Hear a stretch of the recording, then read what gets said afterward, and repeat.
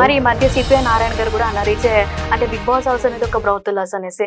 So బ్రౌతల్ house అనేది చాలా పెద్దవాడు ఆయన వాడింది. ఎందుకంటే 70 కెమెరాలు 80 కెమెరాలు ఉన్నాయి. 80 కెమెరాలు, ఒక్కొక్క కెమెరా దగ్గర కెమెరామ్యాన్, ఆకు సంబంధించిన టెక్నీషియన్, దానికి సంబంధించిన ఎడిటర్స్, దానికి సంబంధించిన సౌండ్ ఇంజనీర్లు, దానికి సంబంధించిన లైట్ టీము అంతుంటారు. లోపల ఓన్లీ ఒకటి, బయట మమ్మల్ని నిమిషానికి చూసేటోళ్ళు 400-500 మంది చూస్తుంటారు టెక్నీషియన్స్. ఆ 400-500 మందిలో ఒక్క మనిషి లోపల తప్పు ఎట్లా చేస్తారు?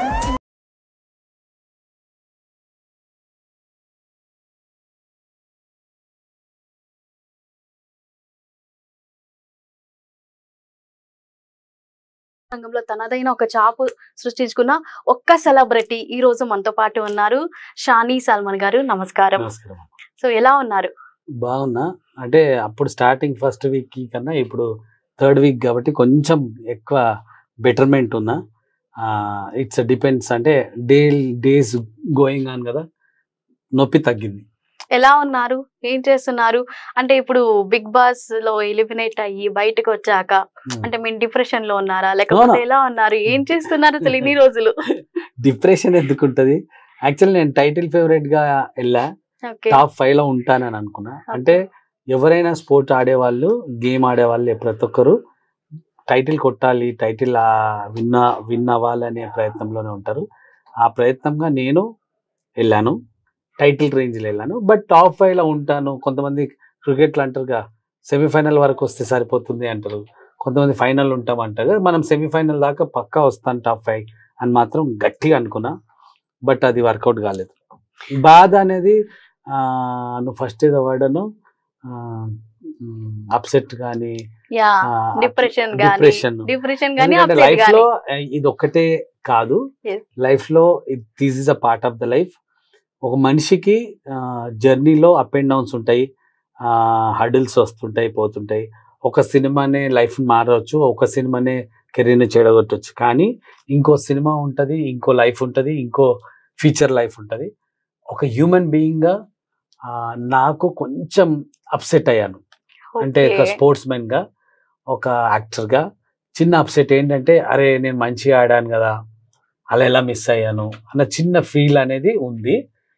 బట్ డిప్రెస్ అయిపోయి మందు తాగి పడుకొని అసలు లైఫ్ అంటే ఇది లేకపోతే వేరేది అనేది మాత్రం లేదు. 100% నవ్వుతూ ఉన్నాను, బాధలు అయితే ఏం లేదు ఇప్పుడు. అంటే వాళ్ళకు నచ్చి వాళ్ళు స్క్రూటినీ చేసి ఎవరైతే బాగుంటారని అందులో కాల్ వస్తుంది, మీకు నచ్చిందా, బిగ్ బాస్కి ఇంట్రెస్ట్ ఉందా అని అడుగుతారు. ఎస్ మనకు ఇంట్రెస్ట్ ఉంది అని చెప్పగలిగితే వాళ్ళు ఏం చేస్తారు, కంపల్సరీ ఒకసారి క్వశ్చన్ వేసిన తర్వాత మళ్ళీ స్క్రూటినీ చేసుకుంటారు. వాళ్ళు చూసుకొని మనం ఏమంటాం, రేపు ఓకేనండి అంటాం. కొంతమంది ఏం చేస్తారంటే, కొంచెం టైం కావాలండి, ఒక 1 వీక్ కావాలి టైము.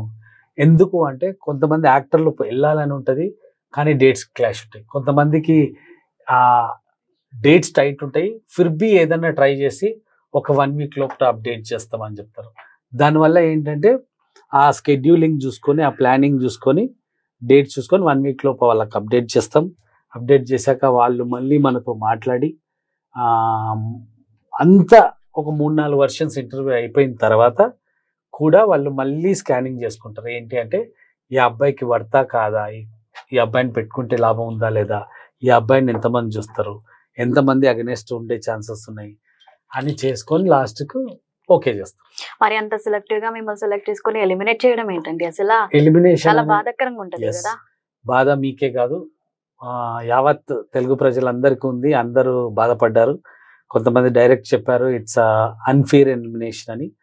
బట్ నేను యాజ్ ఎ హ్యూమన్ గా అన్ఫేర్ అనుకుంటాను. బట్ ఆట పరంగా వాళ్ళు ఏ ఉద్దేశంతో తీసారో తెలియదు. అంటే నాగార్జున గారు అన్నారు, ఓన్లీ తినడానికి పండానికి వచ్చిన వాళ్ళకి ఇక్కడ అవకాశం లేదు, మీరు ఎక్కడ కనిపించట్లేదు అంటున్నారు. అసలు మీరు ఎందుకు కనిపించలేదు? అసలు కనిపించే ఛాన్స్ లేదా, లేకపోతే మిమ్మల్ని అలా హైడ్ చేశారా, లేదంటే మీకు టైం డ్యూరేషన్ అంటే 1 వీక్ 2 వీక్ అంతే, తర్వాత షార్ నువ్వు వెళ్ళిపోవాల్సి ఉంటుందని ముందే అగ్రిమెంట్ ఏమైనా అయ్యిందా మీకు వాళ్ళకి?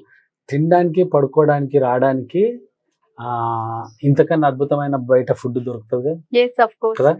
ఒక రిసార్ట్ కి వెళ్తే మనం ఇంకా ఎక్కువ తింటాం కదా, ఎంటర్టైన్ చేసుకుంటాం. మరి ఆ వర్డ్ ఎందుకు వాడారు అక్కడ? అంటే జనాలలో ఒక ఇంపాక్ట్ ఉంటుందని. బట్ ఒక మనిషి అన్ని 70 కెమెరాలు కనిపించే టైంలో 24/7లో ఒక్క నిమిషం కూడా నేను ఒక అమ్మాయి దగ్గరికి వెళ్ళి ఒక అబ్బాయి దగ్గరికి వెళ్ళి మాట్లాడని ఉంటదా? ఉండదా? ఉంటదా? ఉండదు. జనరల్ గా అంటే ఇప్పుడు జనరల్ గా మాట్లాడతాం కదా, ఉంటది. 24/7లో మనం ఒక్క నిమిషం కూడా కావాలని ఎలిమినేట్ చేశారంటారా? అది నేను ఎట్లా చెప్తా తల్లి, నేనంటున్నా 1 minute కూడా ఫుటేజ్ ఇయ్యనంత దరిద్రం అయితే కాదు నాకున్న పరిస్థితుల్లో, నాకున్న మీరు కూడా గట్టి ట్రై చేశారు కదా, నేను కూడా పార్ట్నర్ అని కూడా పిలుచుకున్నారు కదా, సో తను రెస్పాండ్ అవ్వలేదు, తను రెస్పాండ్ కాలేదు. తర్వాత మిగతా ఆడపిల్లలతో మాట్లాడాను, అబ్బాయిలతో మాట్లాడాను, అండ్ అందరికి పని చెప్పాను. ఫస్ట్ వీక్ లో పని చెయ్యకుండా తిని పడుకోవడానికి వచ్చిన వాళ్ళు అని అన్నారు బిగ్ బాస్ నుంచి నాకు. సార్ ఫస్ట్ వీక్ లో గేమ్ ఆడింది ఎవరు? నేనే కదా. నాకు ఇచ్చిన టాస్క్ నేను నెరవేర్చాను కదా కదా. సార్ అంటే నేను ఆడినట్టే మేబీ వాళ్ళకి కనిపించకుండొచ్చు, బట్ నేను ఆడాను. మేబీ సార్ అనడంలో నేను తప్పనను, ఎందుకంటే తండ్రి మనల్ని తిట్టినప్పుడు యాక్సెప్ట్ చేయాలి. బిగ్ బాస్ హౌస్ అనేది ఒక ఇల్లు, దాంట్లో తల్లి వచ్చి బిగ్ బాస్, తండ్రి వచ్చి నాగార్జున. ప్రతిరోజు మనల్ని బాగా కన్ను పెట్టుకొని ఇంట్లో కూర్చొని మాట్లాడేది ఎవరంటే తల్లి. ఒరే మైకులు ధరించండిరా, గేమ్ కరెక్ట్ ఆడండిరా, టైంకి తినండిరా అని చెప్పేది బిగ్ బాస్. జాబ్కి వెళ్ళి ఈవినింగ్ కాకుండా వారం తర్వాత వచ్చేది తండ్రి, అతనే నాగార్జున గారు. నాకు సార్ నాకు ఫాదర్ లాంటాడు కాబట్టి నాకు సార్ తిట్టడంలో తప్పులేదు. కానీ ఆలోచన ఎందుకు అన్నాడు ఆ వర్డ్ అనేది మరి ఎక్కడ మిస్టేక్ వచ్చింది అంటారు? అసలు అవుట్పుట్ లో నేను కనిపించినప్పుడు డెఫినెట్లీ తెలియదు. అంటే మీరు కూడా సూర్య ఆరోహి లాగా అంటే మీరు కిసెస్ చేసుకొని హగ్ చేసుకొని అలా వెళ్ళుంటే మిమ్మల్ని కూడా ఐడెంటిఫై చేసి ఉండేవాళ్ళ, మీరు ఎందుకు అలా చేయలేదు? అసలు రంగు బాగాలేదు కాబట్టి చేసుకోలేదు, ముద్దియలేదు, క్షమించండి. నేను కూడా అల్లలాగా పేరుగా స్మార్ట్ గా ఉంటే డెఫినెట్లీ. అంటే వాళ్ళ లవ్ ట్రాక్ అంటే అక్కడ Bigg Boss to be fact with you అంటే what is the Bigg Boss genuine ఏనా అసలు? బిగ్ బాస్ జెన్యూన్ అండ్ ఆట జెన్యూన్. అందులో ఒకవేళ ఒక అమ్మాయి ఒక అబ్బాయి హగ్ చేసుకున్నారు అంటే అది ఆట కోసానికే చేస్తారు తప్ప వాళ్ళలో ప్రేమలు రావు. మరి ఈ మధ్య సిపిఐ నారాయణ గారు కూడా అన్నారు అంటే బిగ్ బాస్ హౌస్ అనేది ఒక బ్రౌతుల్ హౌస్ అనేసి. అంటే నిజంగానే అలాంటి సీన్స్ అక్కడ జరుగుతున్నాయా? ఆయన ఏమంటున్నారు, మీకు ఎవ్రీ విజువల్స్ తో తెలుస్తుంది కదా, 70 కెమెరాస్ పెట్టున్నా సరే మాకు ఒక బిట్ లో కూడా మాకు అది తెలుస్తుంది కదా అనేసి ఆయన అంత పబ్లిక్ గా చెప్తున్నారు సార్ కదా. మరి ఎందుకు పెద్ద మాటల్లో ఏం అర్థం ఉందో తెలియదు, ఆయన ఏ పబ్లిక్ స్టంట్ అని నాకు తెలియదు. పెద్ద ఆయన అన్నమాట. నేను ఎంతవరకు వాసం నిజంగానే బిగ్ బాస్ అనేది ఒక బ్రౌతుల్ హౌసేనా? అలాంటి మీరు అక్కడ ఉన్నారు, దగ్గరున్నారు, చూసారు అనుకుంటే షోలు ఇన్ని సీజన్లు జనాలు ఎందుకు చూస్తారు? నిజంగా బ్రోతల్ హౌస్ అనుకుంటే టిఆర్పి రేట్లు ఎందుకు అట్లా ఉన్నాయి? ఎందుకో స్పాన్సర్స్ వస్తున్నారు, ఎందుకు లక్షల మంది దాంట్లో ఒక్కసారన్నా బిగ్ బాస్ వెళ్ళాలి అని అనుకుంటారు. మీరే ఊహించుకోండి, ఒక మాట ఆయన పెద్ద ఆయన అన్నాడంటే నిజంగా అలాంటి హౌస్కి ఎవరైనా వెళ్ళాలని అనుకుంటారా? ఎవరు అనుకోరు. అంటే ఆయన పబ్లిసిటీ కోసానికి పెద్ద ఆయన గురుగారు అన్నారు. మేబీ ఆయన పబ్లిసిటీ చూపిస్తా అనేసి అంటున్నాడు కదా, విత్ ప్రూఫ్ తో నేను చూపిస్తా అనేసి అంటున్నాడు కదా. విత్ ప్రూఫ్ చూపియమన్నాడు, మళ్ళీ ఇంతవరకు చూపించలేదు. మీరే చూస్తున్నారు కదా విజువల్స్ అన్ని అంటున్నాడు. మినిట్ మీకే అప్డేట్ వస్తుంది కదా. ఒకటి ఒక దగ్గరికి వెళ్తే రోడ్డు మీద అబ్బాయి అన్నప్పుడు హక్ చేసుకునేటోళ్ళు ఉంటారు, ఒక మనిషిని సక్సెస్ ఉన్నప్పుడు హక్ చేసుకుని ముద్దిచ్చిన వాళ్ళు ఉంటారు. That is not in a wrong way. So brutal house అనేది చాలా పెద్దవాడు ఆయన వాడింది. ఎందుకంటే 70 కెమెరాలో 80 కెమెరాలు ఉన్నాయి. 80 కెమెరాలు ఒక్కొక్క కెమెరా దగ్గర కెమెరామ్యాన్, ఆ సంబంధించిన టెక్నీషియన్, దానికి సంబంధించిన ఎడిటర్స్, దానికి సంబంధించిన సౌండ్ ఇంజనీర్లు, దానికి సంబంధించిన లైట్ టీము అంతుంటారు. లోపల ఓన్లీ 21, బయట మమ్మల్ని నిమిషంకి చూసేటోళ్ళు 400-500 మంది చూస్తుంటారు టెక్నీషియన్స్. ఆ 400-500 మందిలో ఒక్క మనిషి లోపల తప్పు ఎట్లా చేస్తాడు? జెన్యున్ గా అది నిజంగా ఎంత టెంప్టే అయిపోయింది అనుకున్నా చేయర్తల. అది రాంగ్, అది సెంటెన్సే రాంగ్. ఏమైనా అక్కడ వాష్రూమ్ లో కూడా మైక్లు పెట్టింటారు అనేసి విన్నాము. అండ్ సో ఇలాంటివన్నీ జెన్యున్ గా అంటే అప్పటికప్పుడు అన్ని వాయిస్ అని వినిపిస్తుంది, అలాంటివన్నీ చేయడానికి ఛాన్స్ లేదని కూడా విన్నాము.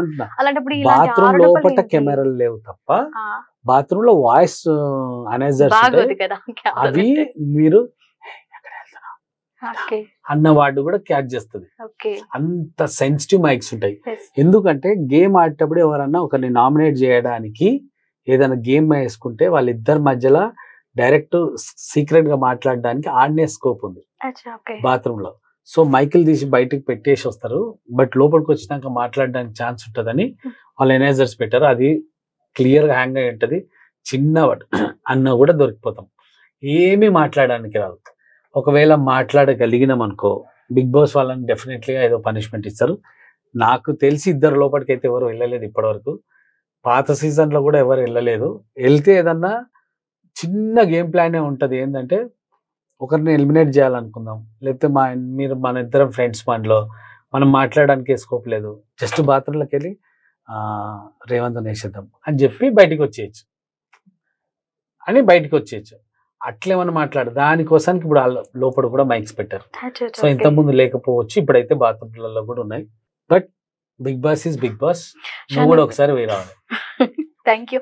అండ్ శని గారు, ఇప్పుడు ఏంటంటే బిగ్ బాస్ నాగార్జున గారు టీం అంతా మొత్తం మన ఏపీ వాళ్ళు కానీ, అంటే మన తెలుగు వాళ్ళు ఎవరు ఉండరు, అవుట్ ఆఫ్ అంతా బాలీవుడ్ ఉంటారు వాళ్ళ టీం. ప్రతి ఒక్క టెక్నీషియన్ నుంచి కూడా అందరు మేనేజర్స్ కానీ మొత్తం అందరు కోఆర్డినేటర్ వాళ్ళందరూ సపరేట్ వేరే వాళ్ళు ఉంటారు. ఈవెన్ మీరు తెలుగు మాట్లాడినా హిందీ వచ్చినా వాళ్ళు రెస్పాండ్ అవ్వరు అన్నట్టు ఉంటారు. సో అంటే అక్కడ ఏంటి సీక్రెట్ ఏంటి అసలు, అలా ఎందుకు చేస్తున్నారు? అవును, అది చేయడం వల్ల అసలు బిగ్ బాస్ మొత్తం ఆ కాన్సెప్ట్ ఉంది కదా, ఇట్స్ ఎ డిఫరెంట్ థింగ్. అయితే ఎలా ఉంటుంది అది?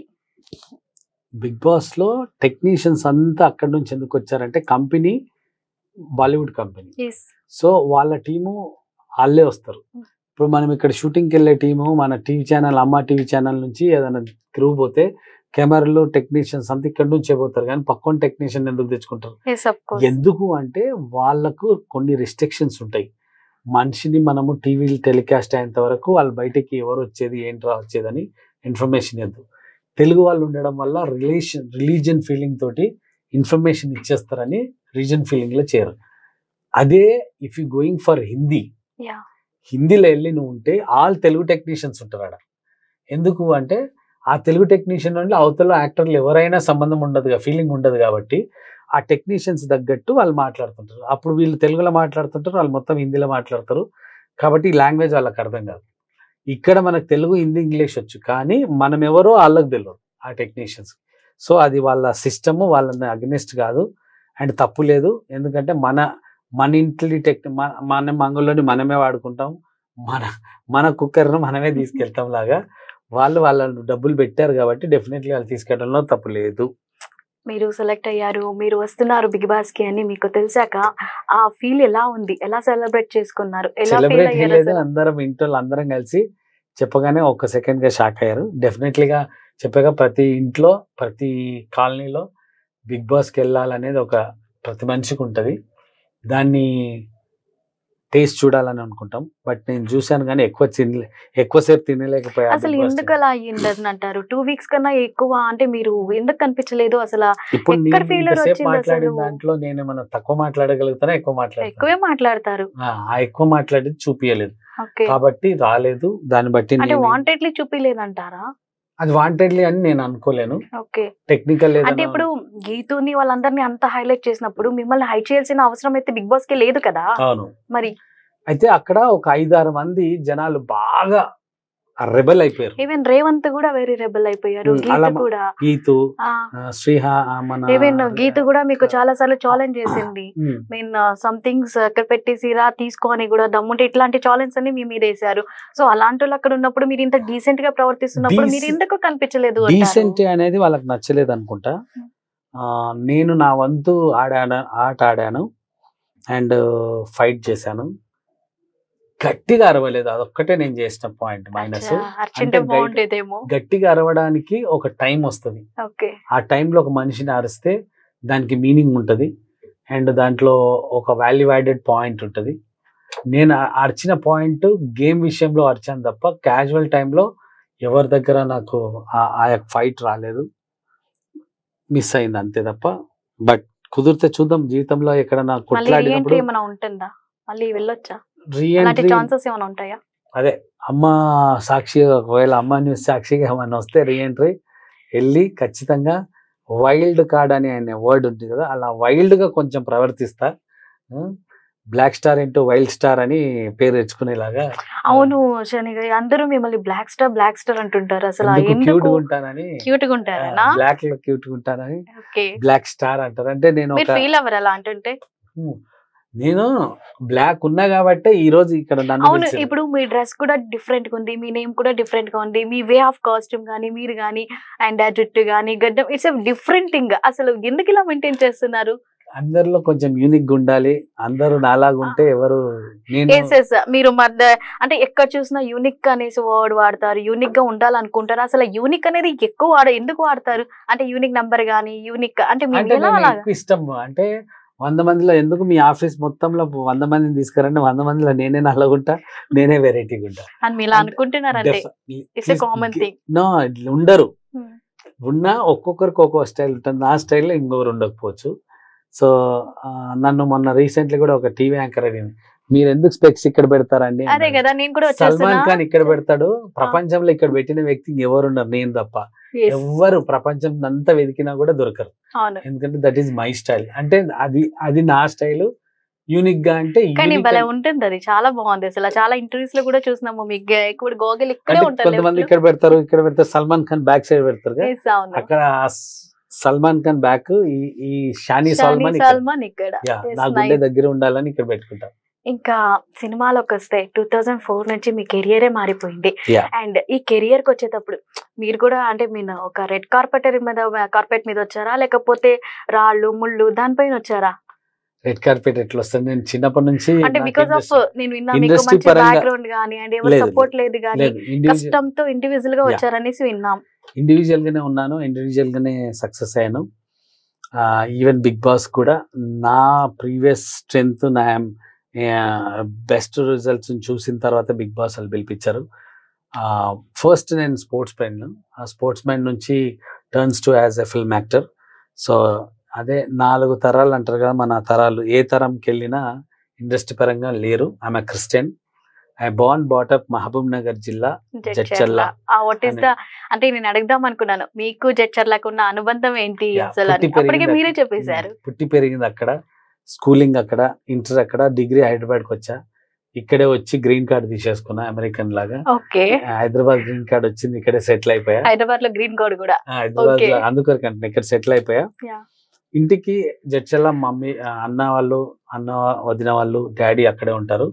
సో వీకెండ్ నేను అలా కలిసి రావడానికి బంధం. పుట్టి పెరిగింది అక్కడ కాబట్టి ఇప్పుడు కూడా వెళ్తుంటారు కదా. ఇప్పుడు బిగ్ బాస్ కి వచ్చారు అంటే 2004 లో సాయి మూవీ తోటి అంటే చాలా హల్చల్ చేశారు. అసలు ఆ రణబీర్ గేమ్ లో మీరు చనిపోయారని కూడా అనుకున్నారు.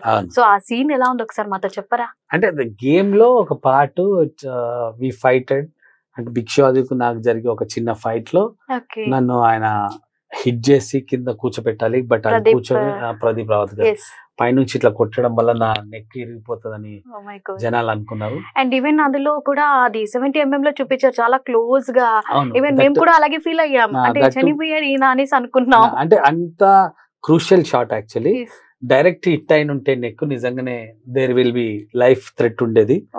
But I tried my best. And చాలా అంటే నేను అప్పటికి ఖోఖో ఆడేవాడిని. సో ఆ డైవ్ అనేది మీరు చైల్డ్హుడ్ నుంచి ఖోఖో అంటే చాలా ఇంట్రెస్టెడ్ అని విన్నాం. ఆ డైవ్ చేసే టైంలో, ఆయన కింద కొట్టే టైంలో నేను కొంచెం ఆ హెడ్ పెట్టకుండా షోల్డర్ హిట్ చేసా.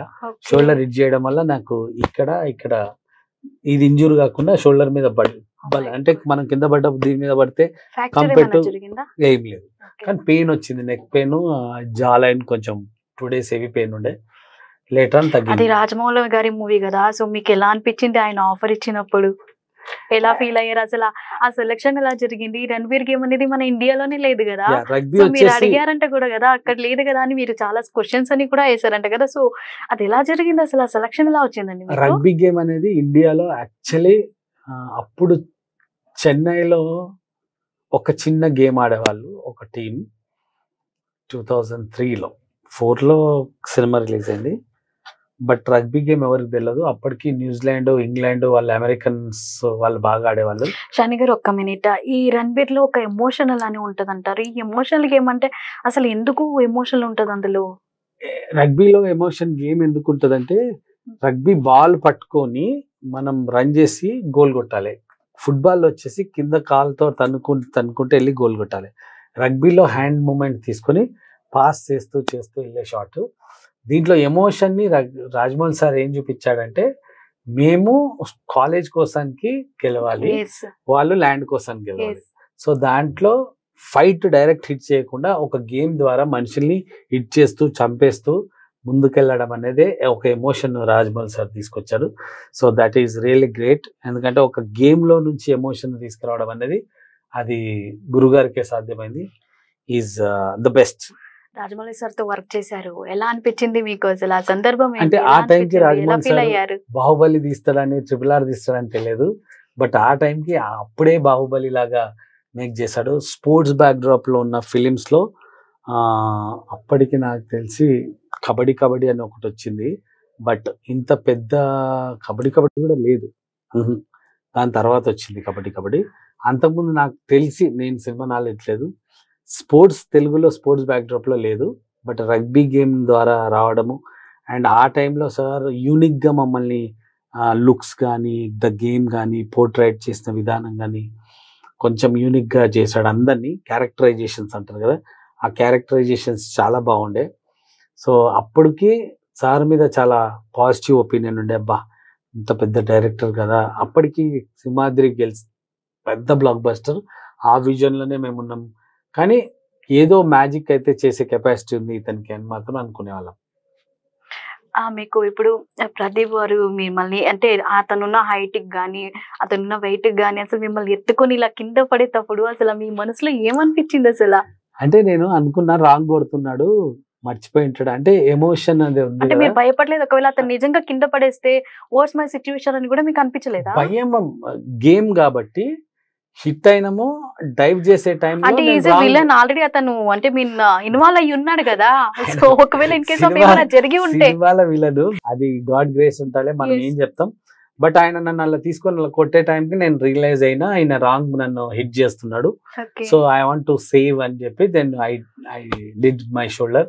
సో దాని తర్వాత రాజమౌళి సార్ రావడము, నాకు ఐస్ పెట్టియడము, వాటర్ తాపిచ్చి తర్వాత ఆయన భయంకరంగా తిట్టేశాడు. ఎందుకు ఇట్లా చేసినావు, తప్పు అయితే ఒక లైఫ్ పాడైతుండే కదా, అలాంటి చిన్న చిన్న తప్పులు చేయొద్దు కదా అని ఆయన చాలా క్లాస్ ఇచ్చాడు.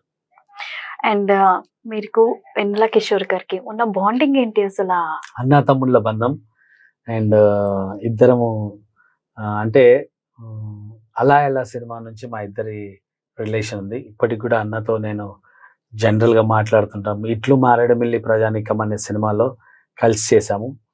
సో అప్పటికే బేసికల్గా అన్న అప్పటి నుంచి టైమింగ్ బాగుంటుంది అని కిషోర్ అన్నది. అంటే ఏదైనా చెప్తే దానికి కౌంటర్ ఫట్ ఇచ్చేవాడు. ఆ రిలేషన్స్ తోటి మేము ఎక్కువ రోజులు ట్రావెల్ అయినాం. ఆ సినిమాకి అలా ఎలా అనే సినిమాకు 3 లీడ్స్ కదా, నేను, రాహుల్, వెన్నెల కిషోర్. సో ఆ ట్రావెల్లో అన్న నాకు చాలా మంచి రిలేషన్ ఉంది. ఎప్పుడు కలిసినా నేను అన్న బాగున్నారా అంటే షాని బాగున్నావా అని 2 నిమిషాలు మాట్లాడతాడు, ఎంత బిజీ ఉన్నా. అండ్ షూట్లో కలిసినా కూడా దాన్ని కంటిన్యూ, ఏం సినిమా చేస్తున్నావు, నెక్స్ట్ ఏంటి, ఎలాంటి సినిమాలు చేస్తున్నావు అనేది. లేదంటే నా సినిమా ఏదైనా చూస్తే ఏ షాని క్యారెక్టర్ చాలా బాగుంది అని అప్రిషియేషన్ అయితే చేస్తాడు. సో ఆల్వేస్ అన్నదమ్ముళ్ళ బంధమే మాది కిషోర్ అనేది. అంటే ఇప్పుడు మన తెలుగు ఫిలిం ఇండస్ట్రీలో అంటే కామెడియన్స్ కి ఒక మంచి ఇంపాక్ట్ ఉంది మూవీలో. సో అలాగా అంటే మీరు ఒక కమెడియన్, ఇప్పుడు అలీ గారు ఉన్నారు, అలీ గారు అంటే ఇప్పుడు ప్రతి పవన్ కళ్యాణ్ సినిమా కూడా ఆయన ఉంటారు. సో ఇలాగ మీరు కూడా ఒక హీరోని ఎందుకు మీరు ఫిక్స్ అవ్వలేదు, ఎందుకు ట్రావెల్ చేయలేదు? ఒకవేళ ట్రావెల్ చేసి ఉంటే మీకు మంచి మంచి ఆఫర్లు ఇంకా వచ్చి ఉండేవి కదా. మీరు ఇక్కడ ఎక్కడ మీరు అంటే మిస్ఫైర్ అయ్యారని అనుకుంటున్నా? ఒక మనిషితోటి ట్రావెల్ అయితేనే ప్రాజెక్టులు వస్తాయి అనేది ఒక అపోహ. ఒక మనిషితోటి బంధము, ఫ్రెండ్షిప్ వాళ్ళ మధ్యలో ఉండడం వల్ల ఆ రిలేషన్ పెరుగుతుంది. నాకు అందరూ కావాలని ఉండడం వల్ల అందరితో అయ్యాను. ఈ పర్టికులర్గా అంటూ నేను ఎవరితోటి ఇప్పటి వరకు లేదు. అంటే ఒక ప్రాజెక్ట్ అంటే అదే అంటున్నా కదా, బిగ్ బాస్ లో కూడా అట్లనే చూసుకుంటే నేను ఎవరినో పట్టుకునేవాడిని. సో అందరూ కావాలి. మనల్ని అంటూ గుర్తుపట్టాలంటే రిలేషన్ ఉన్నందుకే ప్రాజెక్ట్ ఇవ్వాలని కాదు. అంటే కలిసి 4 సంవత్సరం తిరిగి 2 సంవత్సరాలు తిరిగితేనే వీళ్ళ ఫ్రెండ్షిప్ ఉన్నది, వీళ్ళకి ఇవ్వాలని అనుకున్న వాళ్ళు ఉంటారు. బట్ నేను ఎప్పుడు అట్లా అనుకోలే. నేను యాక్టర్గా ఉన్నా, అందరితో కలిసి ఉన్నా, కలిసే జర్నీ చేస్తున్నాను. అంటే పర్టికులర్గా ఇప్పుడు క్రికెట్ టీం కూడా ఉంది కదా మాది. సో హైదరాబాద్ తల్వార్స్ అని, టాలీవుడ్ క్రికెట్ అని, ఈ 2 అసోసియేషన్స్ ఉన్నాయి. మేము కామన్గా అందరు స్టార్స్ కలిపి ఆడుతుంటారు క్రికెట్. అప్పుడు ఇప్పుడు నాని కానీ, సుధీర్ బాబు కానీ, ఎల్ఆర్ నరేష్ గారు కానీ, ఒక్కరు నిఖిల్, సందీప్ కిషన్, వీళ్ళందరూ, తమన్ అన్న, వీళ్ళందరూ శ్రీకాంత్, తరుణ్ వీళ్ళందరూ వచ్చేస్తారు. సో అక్కడ సెలబ్రిటీలు ఆల్మోస్ట్ ఆల్ నీకు 15 to 20 మెంబర్స్ ఉంటాం. అండ్ నోన్ అంటే నేను చిన్న యాక్టర్ అనుకో, ఇప్పుడు అక్కడికి నాని వచ్చాడు అనుకో, నాని అన్న ఒక పెద్దోళ్ళే కదా, శర్వానంద్ వస్తాడు, మాకన్నా పెద్దవాళ్ళు అందరూ వస్తారు ఏజ్లో కానీ అండ్ ఎక్స్పీరియన్స్ ఆఫ్ ఫిలిమ్స్ కానీ యాజ్ ఎ హీరోలుగా వాళ్ళు ఉంటారు. బట్ ఆ మ్యాచ్ ఆడేటప్పుడు మేము అందరము 1 క్రికెట్ టీమ్గా ఆడతాం. మ్యాచ్ అయిపోయిన తర్వాత మళ్ళీ ఎప్పుడైనా అన్ఎక్స్పెక్టెడ్ సినిమా ఫంక్షన్లలో ఎక్కడైనా కలిస్తే they will talk very nice. But నేనైతే ఎప్పుడు అందరితో క్లోజ్ ఉన్నా. మీకోసానికి ఎప్పుడైనా ఫ్యూచర్లో అలాంటి హీరో దొరికితే ఖచ్చితంగా ఆయనతో ట్రావెల్ చేస్తా. నాకు జనరల్గా అరవింద్ కృష్ణ అని ఉన్నాడు, it's my love story, Rishi cinema 2013లో చేశాను. సో అప్పటి నుంచి ఇప్పటి వరకు అరవింద్ కృష్ణతో బాగా ట్రావెల్ ఉంది. ఫ్రీక్వెంట్గా కలవము, బట్ మా ఇద్దరు బంధం బాగుంటుంది, ప్రేమ. నాకు కూడా బాగా సపోర్ట్ చేశాడు అరవింద్ బిగ్ బాస్లో ఉన్నప్పుడు. నాకు బయటకు వచ్చినాక చూశాను ఆర్టికల్స్, తను ఇచ్చిన మ్యాటర్స్. బయటకు వచ్చాక చాలామంది చెప్పారు అరవింద్ అంటే ర్యాండమ్గా ఇట్లా ఛానల్స్ వాళ్ళే చెప్పారు అరవింద్ మీకు బాగా సపోర్ట్ చేశాడండి, ఎందుకంటే ఓన్లీ బికాస్ ఆఫ్ ఫ్రెండ్షిప్ ఉండడం వల్ల చేశాడు. సో నితిన్ కూడా నాకు ఆల్మోస్ట్ ఆ టైంలో టైంలో నితిన్ 4-5 years నేను అన్నతో కలిసి ఉండే. దాని తర్వాత నితిన్ పెద్ద బ్లాక్ బస్టర్ పడ్డది ఇష్క్ లాంటి. దాని తర్వాత తను బిజీ అయిపోయాడు, మన సినిమా కెరియర్లో బిజీ అవ్వడం, అట్లా మిస్ అయిపోయాను. ఆర్యాలో చిట్టా క్యారెక్టర్ చాలా బాగుంటది, అసలు ఆ అవకాశం ఎలా వచ్చింది? ఆర్యా టైంలో అది స్టార్టింగ్ చేసేసి తర్వాత మళ్ళీ నేను చేయలేదు, ఎందుకంటే అప్పుడే నాకు సై సినిమాలో కంటిన్యూ వర్క్ రావడం వల్ల చేశాను. బట్ దేవదాస్ అనేది నాకు యాడ్ ఆన్ అయింది. ఘర్షణ, దేవదాస్, హ్యాపీ, రెడ్డి, ఒక్క మగాడు ఇలాంటి మంచి సినిమాలు, మంచి డైరెక్టర్లు, మీలాంటి మనసున్న మహారాజులు వాళ్ళు ఇచ్చారు. So I'm very thankful to each and every director. And వాళ్ళకు నాకు సపోర్ట్ చేశారు, వాళ్ళు ఎంకరేజ్ చేశారు, ఇంకా చేస్తున్నారు. చూడాలి జీవితం ఇంకెంతవరకు వెళ్తుందో. అండ్ లవర్స్ ఎవరు ఉన్నారా? ప్రపోజ్ ఏమన్నా చేస్తున్నారా, లేదా మీరు ఎవరు వెనకాల పడైన అంటే సందర్భాలు ఏమైనా ఉన్నాయా? ఒక్కసారి కెమెరామెన్లకు కెమెరా ఆపి అడగండి నా పరిస్థితి ఎట్లుందో. వాళ్ళు ఇక్కడ నేను రాగానే వాళ్ళ పరిస్థితి ఏం తెలుసా, లైటింగ్ అడ్జస్ట్ చేయలేక చచ్చిపోయారు. ఎందుకు అంటే ఇప్పుడు ఇంత లైట్ వేస్తేనే అది డార్క్ వస్తుందని అలా ఫీలింగ్ ఉంటది. కలర్ తక్కువ ఉంటే ఎవరు ఇష్టపడరు అంటారా? ఎవరైనా చెప్పండి, మీరెవరన్నా అట్లా చూసి మీరు ఎవరైనా పెళ్లి చేసుకోవాలనుకున్నారా చెప్పండి. ప్రతి ఇంట్లో ఏమనుకుంటారంటే పిల్లగాడు అందంగా ఉండాలి, పొడుగు బొట్టు మంచిగా ఉండాలని చూస్తారు, కానీ నల్లగా ఉన్న పిల్లోని పెళ్లి చేసుకొని సంసారం ఎవరు అనుకోరు. నువ్వు కూడా అనుకో. ఏంటంటే మళ్ళీ పెళ్ళి అయినాక మా ఆయన మంచోడు, మనసు ఉన్నోడు, ప్రేమ గల్లోడు, ఇవన్నీ డైలాగులు ఉంటాయి. ఫస్ట్ పెళ్ళి అప్పుడు డైలాగ్ చెప్పని ఒక పిల్లని చెప్పమని పబ్లిక్ లో పెడతా, ఎవ్వరు ఒక్కరు కూడా. ఎందుకు బిగ్ బాస్ వెళ్తే ఫస్ట్ సత్య అంటే I like only fair and handsome guys వాళ్ళు తప్ప నాకు ఇప్పుడు కూడా మేకప్ వేసుకోకుండా, మీరు అడిగారు కదా మేకప్ అంటే వేసేసుకున్న ఫెయిర్ అండ్ లవ్లీ బాత్రూమ్ లో వెళ్ళేసి టచ్ అప్ చేసుకుని వచ్చా. ఎందుకంటే మీకు ఫెయిర్ అండ్ లవ్లీకి బాగా అనుబంధం ఎక్కువ అనేసిందా? అంటే చిన్నప్పటి నుంచి మేకప్ వేసేది మనకు రాదు కాబట్టి ఎప్పుడైనా ఏం చేస్తారా అంటే ఒక్క నిమిషం ఉండి భయ ఫోటో దిగాలంటే ఫెయిర్ అండ్ లవ్లీ పెట్టుకొని వస్తాను, ఫెయిర్ అండ్ లవ్లీ పెట్టుకొని వచ్చేవాడి. ఇప్పుడు షాని అంటే మీరు ఒక మనిషి అన్నాక అంటే చాలా బ్యాడ్ థింగ్స్ కూడా ఉంటాయి, గుడ్ థింగ్స్ కూడా ఉంటాయి. సో అలాంటి బ్యాడ్ థింగ్ మీ లైఫ్ లో, మీ పర్సనల్ లైఫ్ లో కానీ మీ అఫీషియల్ లైఫ్ లో కానీ జరిగిన సందర్భం ఏమైనా ఉందా అసలు? అంటే బ్యాడ్ థింగ్ అంటే లైక్ అంటే మీరు ఇష్టపడిన వాళ్ళు కోల్పోవడం, మా మదర్ వచ్చేసి 2004లో నేను సై సినిమా ఏ రోజు కన్ఫర్మ్ అయ్యానో ఆ రోజు మదర్ ఎక్స్పైర్డ్ అయింది. That is the biggest bad situation in my life. And దాని తర్వాత నాకు తెలిసి టిల్ టుడే దేవుడి దేవల్ల బ్యాక్ ఏం బ్యాడ్ రాలేదు. మళ్ళీ ఇంకో బ్యాడ్ అంటే మనలాగా ఉన్నాను మైనస్ అనిపించింది అంటే నాకు బిగ్ బాస్. అంటే చాలా సపోర్టివ్ ఇంతకు ముందు కూడా ఎవరితో ఇంతకు ముందు కూడా ఎవరితో అన్నా మన ఛానల్ వాళ్ళతోటి. ఫస్ట్ నేను ఛానల్ నుంచి ఫోన్ రాగానే ఇంటర్వ్యూ అంటే అవునా ఏ ఛానల్ అంటే అమ్మ అంటే డెఫినెట్లీ వస్తా అన్న. అంటే ఆ వర్డ్ లో నాకు కనెక్టివిటీ ఉంది. అమ్మ అంటే I like her very much. So అమ్మ ఛానల్ పెట్టినందుకన్నా నేను వస్తా అండి. అంటే that is relation between son and daughter. Son and mother ఉండే కొడుకు బిడ్డ గాని తల్లి బిడ్డ గాని జరిగిన అంటే అప్పటికి ఇంకా మీరు ఇండస్ట్రీకి ఎంటర్ కాలేదు అమ్మా ఎక్స్పైర్ అయ్యే టైంకి? అప్పటికి తెలియదు అమ్మకు. అప్పటికి నేను ఓన్లీ క్రికెట్, వాలీబాల్ అన్ని స్పోర్ట్స్ ఆడుకుంటూ తిరిగేవాడిని హైదరాబాద్ లో. అంటే మీరు ఖోఖో ఆడారు కదా, మరి అథ్లెటిక్స్ కి ఎలా వచ్చారు అసలు మీరు?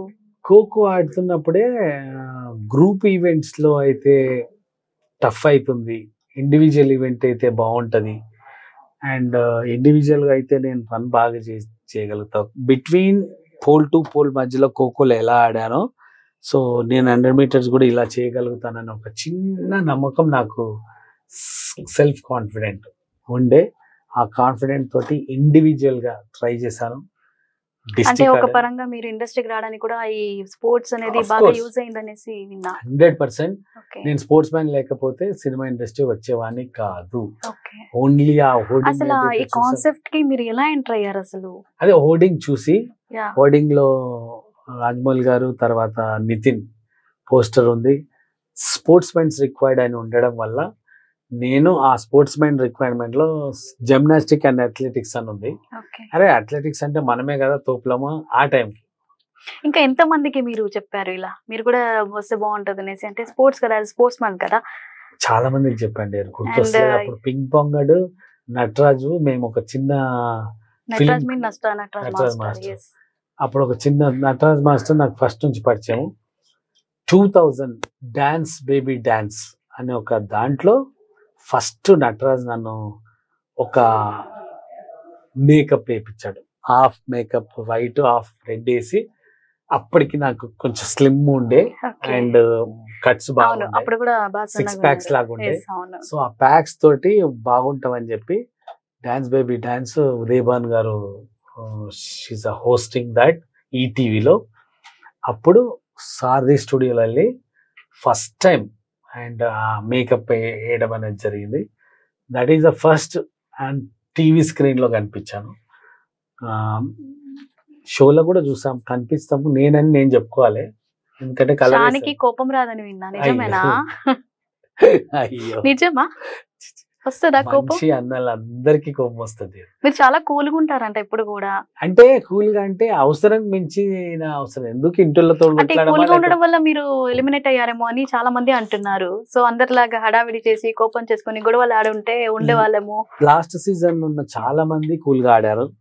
లాస్ట్ సీజన్ లో విన్నా వాళ్ళను చూడలేదు, ఎక్కువ పర్సెంట్ విన్నాను.